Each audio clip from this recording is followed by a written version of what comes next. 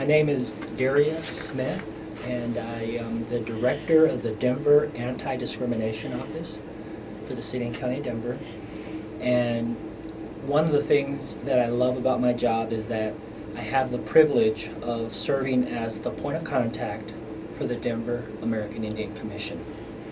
I have the privilege of being exposed to both my Navajo and my African American backgrounds. My mother was very deliberate of exposing myself and my siblings to Navajo life. So we would actually spend our summers on the Navajo Reservation. So growing up, had a strong sense of self and an identity that was very Navajo. And then growing up in a predominantly African American community, I really took advantage of the opportunities that both communities brought. When I started, they called it the Mayor's American Indian Advisory Council. And I would say nationally, that type of model is probably what you see in major cities, mid-level cities and smaller cities. Well, in 2008, under the leadership of the Human Rights and Community Partnerships, they actually went through this year-long process of engaging the American Indian community about building in the importance of the community's expectations, or how they can interface better with the structure of the city government.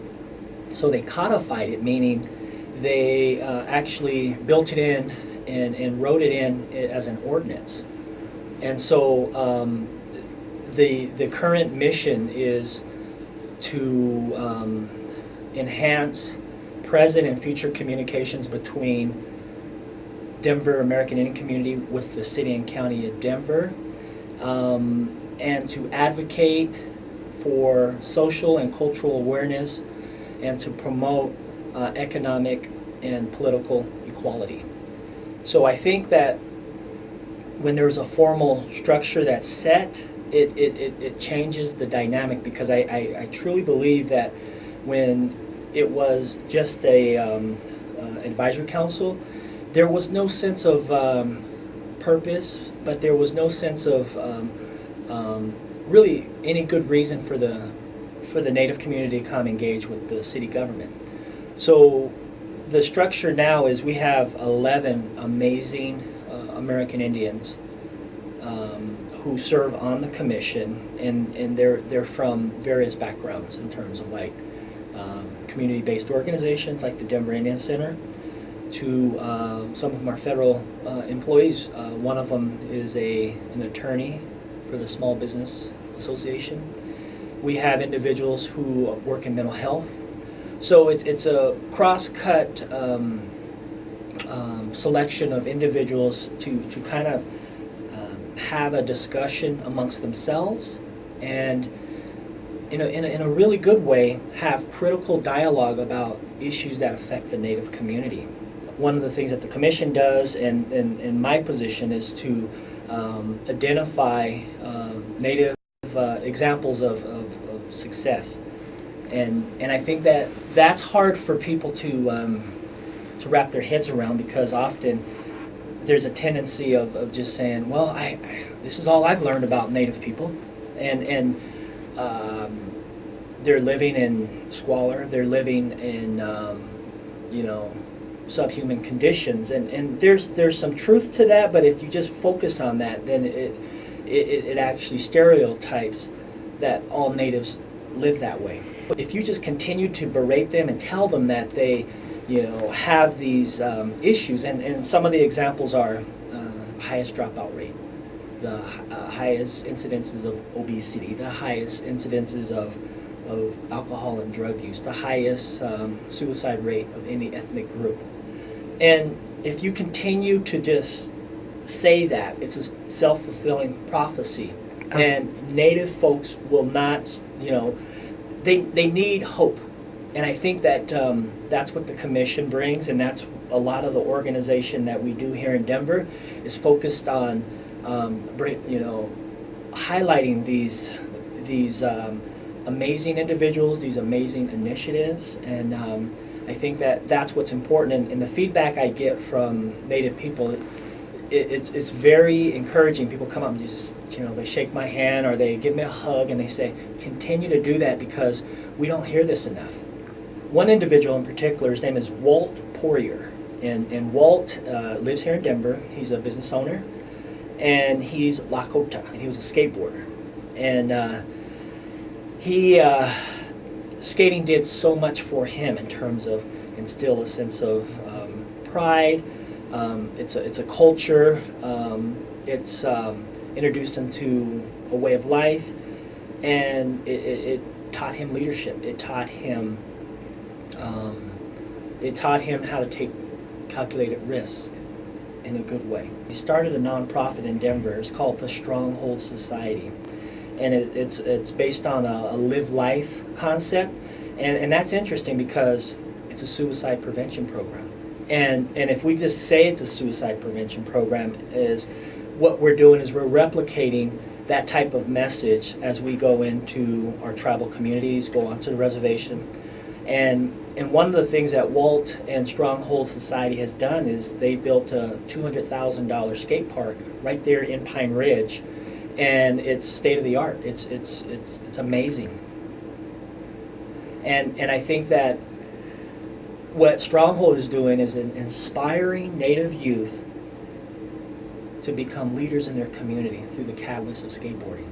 And so the Denver American Indian Commission collaborates every year, and we put on the largest Native American skating event in the country here in Denver. And we're utilizing city resources. So the city and county of Denver, and their great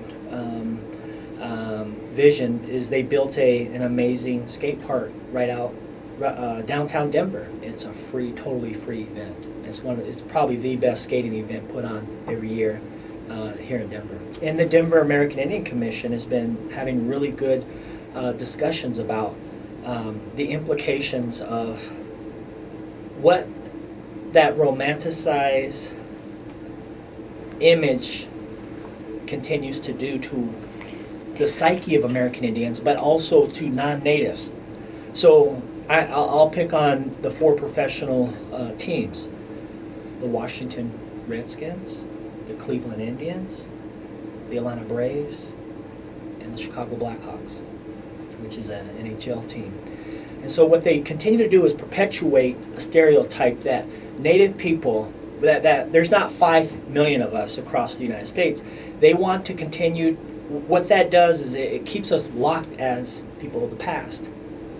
And so it's a human rights issue that if you don't allow us to be present today in a contemporary way, then our issues can never ever be taken seriously.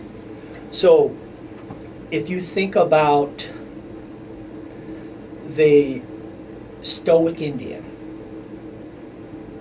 the pissed off Indian, the proud Indian, it's really confusing. It causes conflicting concepts of self-identity for a lot of Indian people, because here on one side, mainstream America is portraying us like this, and it almost reinforces into a Native person that they have to be that to be Indian. So it's a really sad state that we have owners of teams like Daniel Snyder of the Washington Redskins, who is arrogant enough to say, we're honoring you. And they're not honoring us when we have Native people standing up and saying, this is not honoring us, Mr. Snyder. The National Congress for American Indian, the National Indian Education Association, the National Indian Gaming Association. These are national organizations that have been since the 70s been saying, this is wrong, you need to change this. And they just keep ignoring and say, no, we're honoring you. And it's just the continuation of how America looks at Indian people, is that we don't exist. They can never take us serious as contributors to what we have. Like, for instance, the Florida Seminoles. People don't realize that had to be about 10 years ago, they purchased the worldwide empire of Hard Rock Cafe. And when they made that purchase, it was $1 billion purchase. They own every single Hard Rock Cafe in the world, except I think the original one. But you got to really think about that. Is there, we have economic clout, but at the same time, you have folks that are just saying, "No, we're honoring you," and I was no, it's not a form of honoring. It's disrespectful, dehumanizing, and it should stop.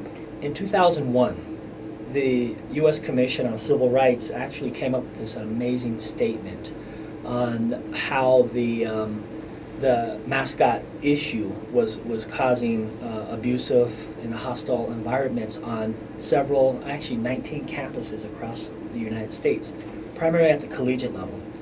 And so 2001, that statement was created. In 2005, actually around 2004, the NCAA, the National Collegiate Athletic Association, created a subcommittee to look at these issues. So in 2005, they identified 19 schools, and they basically put those schools on notice and said, if you don't build a relationship with an authentic tribe and get permission, then you have to get rid of it because it's dehumanizing and it's wrong. And you had a few schools that did get permission, Florida State being one. They worked with the Seminoles, and they gave them permission. And that was a funny story too in itself, because if you think about it, at that time, the mascot at Florida State would actually come out in a plain-styled buckskin, riding a horse. And I remember reading somewhere where the athletic department at Florida State met with the tribal council, the Seminoles, and they asked them, they said, well, first of all, the dress, the attire that you have this stereotype Indian riding out, that's a Plains Indian. We're from this area, we're from the Everglades, and so can you correct the dress? And so it wasn't until 2005 that they actually started correcting that. And they said another thing, we're not horse people. So that's another stereotype that was being perpetuated. So they asked the Seminole native to be taken off. But I still see it occasionally done, and I think they justify it by saying it's to hurry up and get that person out there. But I think the beautiful thing that came from the NCAA mandate was that in a lot of ways Florida State now has an authentic relationship with the Seminoles. And you have the Utah Utes built a relationship with the Northern Utes in Utah. You have Central Michigan built a relationship with the Chippewas. And I think maybe one or two other major universities made an authentic relationship. South Carolina, Catawba. But other than that, the schools that didn't get permission, they had to eliminate it. So I think that's an example of really forcing critical dialogue about an issue, and I just love it. It took so many years to play out, but I think they got it right at the collegiate level. Now it's the professional ranks that we need to address.